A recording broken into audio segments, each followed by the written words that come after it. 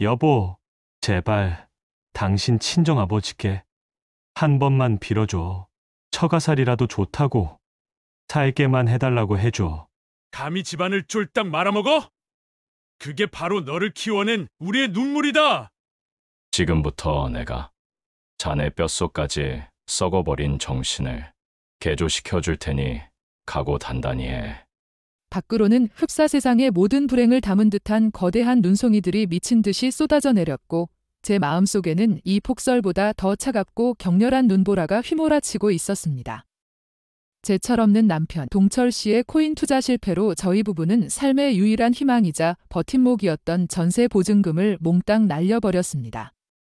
길바닥에 나앉게 생긴 저희는 마지막 지푸라기라도 잡는 심정으로 친정으로 향할 수밖에 없었습니다. 동철 씨는 원래 평범한 중소기업 직원이었습니다. 그 흔한 허세도 없었고 눈에 띄게 큰 욕심도 없던 사람이었죠. 적어도 그 지옥 같은 코인 투자를 시작하기 전까지는 그랬습니다.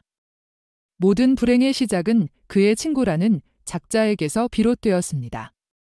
그 친구는 번지르르한 말솜씨와 함께 코인으로 일확천금을 벌었다는 허황된 소문을 퍼뜨렸고 팔랑귀 동철 씨는 그 유혹에 홀딱 넘어가 버렸습니다. 초반엔 정말 기적처럼 꽤 큰 돈을 벌었습니다. 눈덩이처럼 불어나는 계좌 잔고를 보며 동철 씨는 마치 세상을 다 얻은 사람처럼 우쭐거렸죠. 제게는 값비싼 명품 가방과 번쩍이는 구두를 사다 안겼습니다. 제 손에 들린 그 가방과 구두가 불확실한 미래의 제 발목을 잡을 족쇄가 될 줄은 꿈에도 몰랐습니다. 반짝이는 선물들이 잠시나마 저를 현혹시켰지만 제 마음 한구석은 늘 불안했습니다. 강남 요지의 전셋집에 살고 있었지만 남의 돈으로 사는 집은 언제든 폭풍에 휩쓸릴 수 있는 갈대밭 같았습니다. 내 집 마련이라는 꿈은 저 멀리 안개 속에 가려져 있었고 이대로는 삶이 너무나도 불안정하게만 느껴졌습니다.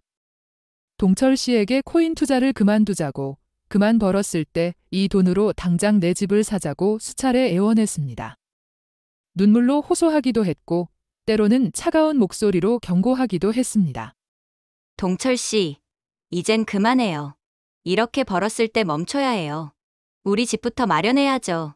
안정적인 삶을 살고 싶어요. 밤마다 불안해서 잠이 오지 않아요. 하지만 그는 제 말을 들은 척도 하지 않았습니다. 오히려 눈을 반짝이며 지금 해야 진짜 큰 돈을 벌 수 있어. 이게 바로 우리 인생을 뒤바꿀 기회라고. 도희야. 라며 제 손을 꽉 잡았습니다. 그의 눈에 비친 것은 제가 알던 순박한 동철 씨의 모습이 아니었습니다. 탐욕과 광기로 번들거리는 그의 눈빛은 낯설고 섬뜩했습니다.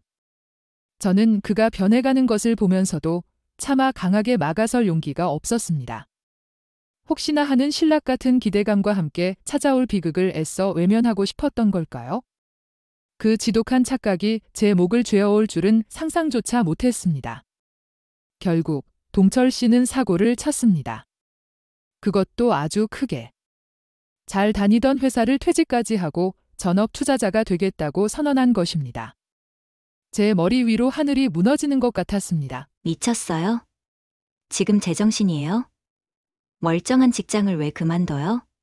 코인이 밥 먹여줘요? 제 절규에도 그는 눈 하나 깜빡하지 않았습니다. 이미 코인에 완전히 미쳐버린 사람이었습니다. 퇴직금은 물론 우리 아기의 미래를 위해 꼬박꼬박 붙던 아기 보험금까지 해지했습니다. 그 어린 것의 미래를 담보로 도박판에 뛰어든 것입니다. 그뿐만이 아니었습니다. 시댁에 손을 벌려 거액의 돈까지 빌렸습니다.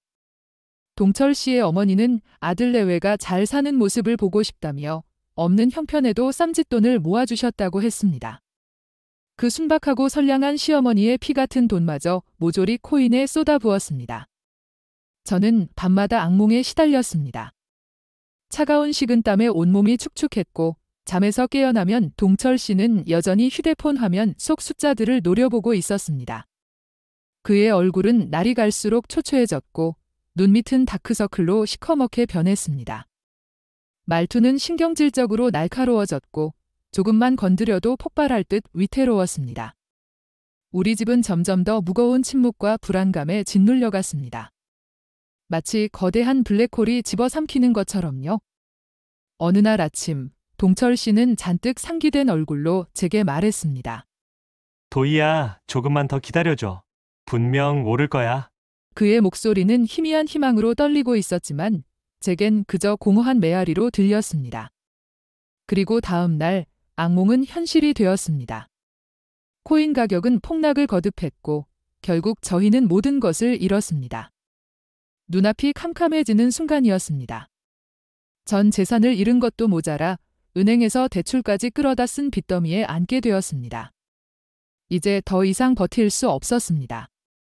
살고 있던 아파트의 전세금을 빼야 했습니다. 전세 보증금은 그의 탐욕스러운 투자에 모두 녹아버린 지 오래였습니다. 남은 것은 눈앞에 아른거리는 대출 상환 독촉장과 절망뿐이었습니다. 갈 곳이 없어진 저희는 우선 시댁으로 향했습니다. 그래도 피부치인데 아들의 위기를 외면하지 않을 거라는 일말의 기대를 품었습니다. 하지만 현관문 앞에서 마주한 현실은 차가운 겨울 바람보다 더 싸늘했습니다. 동철 씨는 어머니, 아버지, 제가 죽을 죄를 지었습니다. 하며 무릎을 꿇고 애원했지만 시댁 문은 굳게 닫혀 있었습니다. 나가라! 이 망할 놈의 자식! 네가 우리 집안을 다 말아먹었어! 시아버지의 고함 소리가 문 밖으로 쩌렁쩌렁 울렸습니다.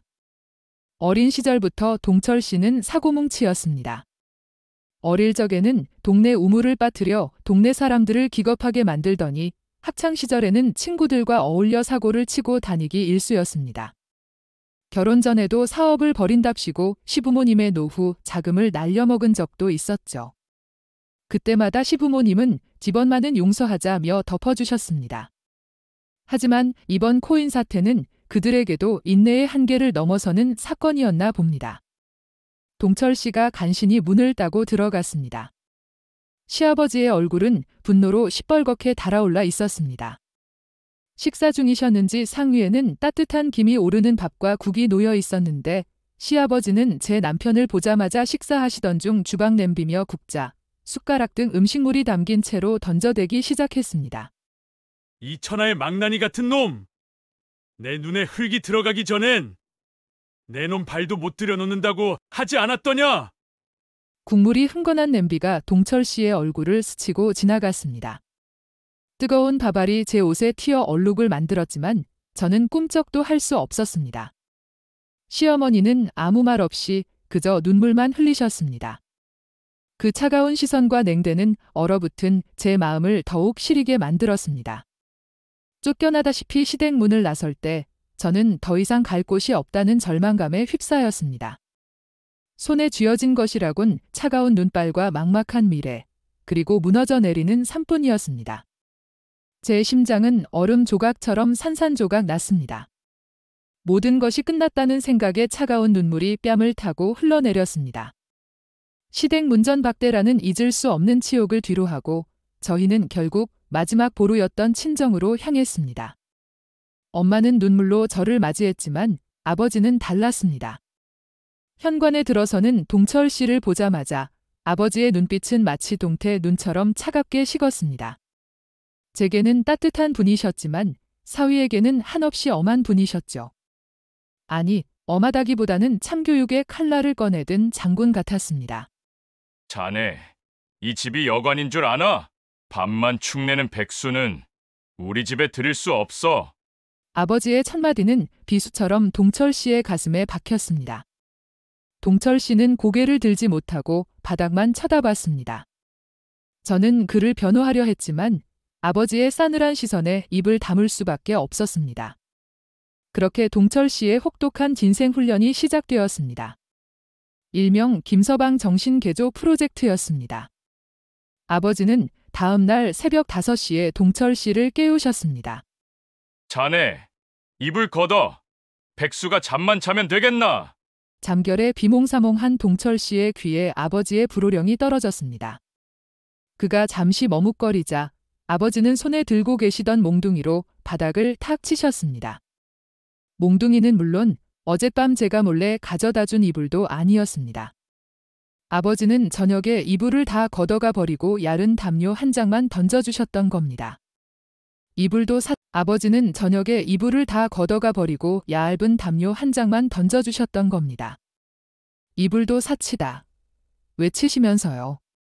동철 씨는 새벽 공기를 가르며 아버지의 뒤를 쫓아 약수터로 향했습니다. 처음엔 비틀거리고 숨을 헐떡이더니 며칠이 지나자 억지로라도 뛰기 시작했습니다. 약수터 꼭대기에서 아버지는 동철 씨에게 차가운 약수물을 양동이로 퍼다 날라 머리부터 발끝까지 뒤집어 씌우셨습니다. 이 썩어 빠진 정신머리를 물로 씻어내자. 새벽녘 차가운 물줄기를 맞으며 동철 씨는 이를 악물었고 저는 방 안에서 그 소리를 들으며 몸서리쳤습니다. 그게 시작이었습니다. 아버지는 저를 출근시키고 동철 씨에게 앞치마를 두르고 친정 식구들의 아침상을 차리게 하셨습니다. 평생 부엌 근처에도 가본 적 없는 동철 씨는 계란 후라이 하나도 제대로 뒤집지 못했습니다. 밥은 서리거나 질퍽했고 국은 싱겁거나 짝이 일수였지요. 아버지는 그런 동철 씨의 밥상을 보며 대놓고 역정을 내셨습니다. 이게 밥이냐? 꿀꿀이죽도 이것보단 낫겠다. 내가 자네 때문에 아침부터 체하겠네. 제 마음은 갈기갈기 찢어졌지만 아버지는 눈 하나 깜빡하지 않으셨습니다. 가장으로서 책임감을 다하라는 아버지의 말에 동철 씨는 그저 묵묵히 따를 뿐이었습니다. 빨래는 손빨래만 허용하셨습니다. 세탁기가 있는데도 말입니다. 아버지는 동철 씨에게 쭈그려 앉아 가족들의 속옷까지 손으로 빨게 했습니다. 뽀얗던 동철 씨의 손은 거칠어지고 갈라졌습니다. 하루는 제가 몰래 연고를 발라주려다 아버지께 들켜 혼쭐이 났습니다. 쓸데없는 동정심 부리지 마. 저놈 정신 차리게 하려면 저 정도는 견뎌야 해. 그 지옥 같은 정신개조는 무려 1년 동안 이어졌습니다. 1년이라는 시간 동안 동철 씨는 새벽 약수터 훈련과 아침상 차리기, 손빨래, 그리고 아버지의 잔소리와 질책을 견뎌내야 했습니다. 그는 더 이상 불평하지 않았습니다. 반항도 하지 않았습니다. 그저 묵묵히 아버지의 모든 명령을 수행했습니다. 그 억압적인 인내의 시간 속에서 동철 씨는 점차 변해갔습니다. 처음에는 억지로 하던 일들이 점점 익숙해지고 나중에는 능숙하게 해내는 모습을 보였습니다. 아침상도 점점 정갈해졌고 빨래도 거짓말처럼 깨끗하게 삶아졌습니다. 그러던 어느 날 아버지는 식사하시던 중 동철 씨에게 불쑥 말씀하셨습니다. 자네, 더 이상 이렇게 놀고 먹을 순 없지 않나? 동철 씨는 순간 긴장한 듯 보였습니다. 아버지는 헛기침을 하시고는 말씀하셨습니다. 내 회사에 자리가 하나 비어. 자네가 한번 맡아보게. 동철 씨는 놀란 눈으로 아버지를 쳐다봤습니다. 저는 숨죽이며 두 사람을 지켜봤습니다. 아버지는 당신의 식재료 납품 회사에서 허드레실부터 시작하라는 것이었습니다. 명문대 출신의 대기업 문턱까지 넘봤던 동철 씨에게는 자존심 상하는 일일 수도 있었습니다. 하지만 동철 씨는 더 이상 과거에 오만한 자신이 아니었습니다. 그는 고개를 깊이 숙이며 말했습니다. 아버지, 시켜만 주시면 뭐든 하겠습니다. 그 순간 제 눈에서는 뜨거운 눈물이 쏟아졌습니다. 길고 길었던 터널의 끝이 보이는 것 같았습니다. 동철 씨가 드디어 정신을 차린 것입니다. 1년이라는 시간 동안 혹독한 진생훈련을 견뎌낸 동철 씨는 더 이상 돈만 쫓던 철없는 남편이 아니었습니다. 그의 눈빛은 겸손과 책임감으로 가득 차 있었습니다. 그는 그날부터 아버지의 회사에 출근하기 시작했습니다. 새벽부터 나가 약수터에서 땀을 흘리고 아침상을 차린 뒤 출근하는 그의 모습은 마치 다른 사람 같았습니다. 코인으로 모든 것을 잃고 시댁에서 쫓겨나고 친정에서 지옥 같은 훈련을 받으면서 동철 씨는 비로소 진정한 삶의 가치를 깨닫기 시작한 것입니다. 그의 취직 성공은 단순한 일자리 이상의 의미를 지녔습니다. 그것은 그의 새로운 인생의 시작이었고 저희 가족에게도 다시 찾아온 희망의 빛이었습니다. 아버지의 지옥 같은 인생 훈련을 뚫고 동철 씨는 드디어 아버지의 식재료 납품 회사에 취직했습니다. 그런데 아버지는 그에게 곧장 임원 자리나 앉힌 것이 아니었습니다. 재활용 분류 작업이라는 가장 밑바닥부터 시작하게 하셨죠. 명문대 졸업장에 대기업 경력까지 있는 사람이 쓰레기 분류라니 상상이나 가십니까? 저는 동철 씨가 자존심 때문에라도 뛰쳐나올 줄 알았습니다. 하지만 그는 묵묵히 받아들였습니다. 이미 1년간 아버지에게 갈리고 볶인 탓인지 그의 자존심은 이미 먼지가 되어 사라진 것 같았습니다. 회사에는 연세 지긋한 어르신들이 많았습니다. 대부분이 평생 땀 흘려 일해 온 분들이셨죠. 동철 씨는 그분들과 함께 허리 한 번 제대로 펴지 못하고 쉴 새 없이 쓰레기를 분류했습니다. 플라스틱, 유리, 비닐, 종이. 먼지가 풀풀 날리는 곳에서 그는 묵묵히 몸을 놀렸습니다. 처음에는 저 잘난 김서방이 얼마나 가겠어 라며 수군대던 회사 사람들이었습니다. 그들의 눈에는 동철 씨가 그저 잠깐 들렀다 갈 낙하산 정도로 보였을 겁니다. 하지만 동철 씨는 달랐습니다. 매일 아침 직접 도시락을 싸서 다녔습니다. 김이 모락모락 피어나는 투박한 도시락에는 갓 지은 밥과 김치, 그리고 소박한 반찬 몇 가지가 전부였죠. 그는 늘 먼저 어르신들에게 어르신, 먼저 드세요 하며 권했고 힘든 일이 있으면 팔을 걷어붙이고 나섰습니다. 무거운 박스를 옮기거나 고장난 기계를 고치는 일에도 서슴지 않고 나섰습니다. 하루는 비 오는 날 어르신 한 분이 빗길에 미끄러져 재활용품을 쏟아버리셨는데 동철 씨는 망설임 없이 빗물 고인 바닥에 무릎을 꿇고 함께 쓰레기를 주웠다고 합니다. 그런 모습이 서서히 아주 천천히 회사 사람들의 마음을 움직이기 시작했습니다. 동철 씨는 노동의 가치를 몸으로 배우기 시작했습니다. 그동안 코인 같은 허황된 투기에만 매달려 쉽게 돈을 벌려 했던 자신이 얼마나 어리석었는지 깨달은 것 같았습니다. 땀 흘려 일한 뒤 맛보는 밥 한 끼의 소중함, 동료들과 나누는 작은 농담의 즐거움, 그리고 자신의 노동으로 세상에 기여한다는 보람. 그런 것들이 그를 조금씩 채워나갔습니다. 그의 눈빛은 더 이상 불안과 욕망으로 번들거리지 않았습니다. 대신 책임감과 성실함, 그리고 삶에 대한 진정한 열정으로 빛나고 있었습니다. 저는 달라진 그의 모습을 보며 가슴이 뭉클했습니다. 긴 어둠의 터널 끝에서 드디어 빛을 본 것 같았죠. 얼마 후 아버지는 동철 씨를 자신의 사무실로 부르셨습니다. 저는 무슨 일인지 몰라 가슴을 졸였습니다. 혹시 동철 씨가 또 무슨 실수를 한 것은 아닐까? 아버지의 불호령이 또 떨어질까 봐 노심초사했습니다. 하지만 며칠 뒤 동철 씨는 평소와 다르게 상기된 얼굴로 퇴근했습니다. 그리고 제게 조용히 말했습니다. 도희야, 장인어른이 회사를 맡아보라고 하셨어. 저는 제 귀를 의심했습니다. 재활용 분류부터 시작한 지 겨우 1년 만에 아버지가 자신의 평생을 바친 회사를 동철 씨에게 맡기려 하신다니. 아버지의 김서방 정신개조 프로젝트가 드디어 빛을 발하는 순간이었습니다. 동철 씨는 아직 자신 없습니다라며 겸손해했지만 그의 눈빛은 이미 새로운 도전으로 활활 타오르고 있었습니다. 그는 그 다음 날부터 아버지 곁에서 회사 운영 전반을 배우기 시작했습니다. 물류관리, 거래처 응대, 직원관리, 회계. 잠자는 시간까지 아껴가며 그는 모든 것을 스펀지처럼 흡수했습니다. 밤늦게까지 아버지의 사무실 불은 꺼지지 않았습니다. 동철 씨의 손은 더욱 거칠어졌지만 그의 눈빛은 날마다 달라졌습니다. 마치 굶주린 맹수처럼 배움에 대한 갈증으로 가득 차 있었죠.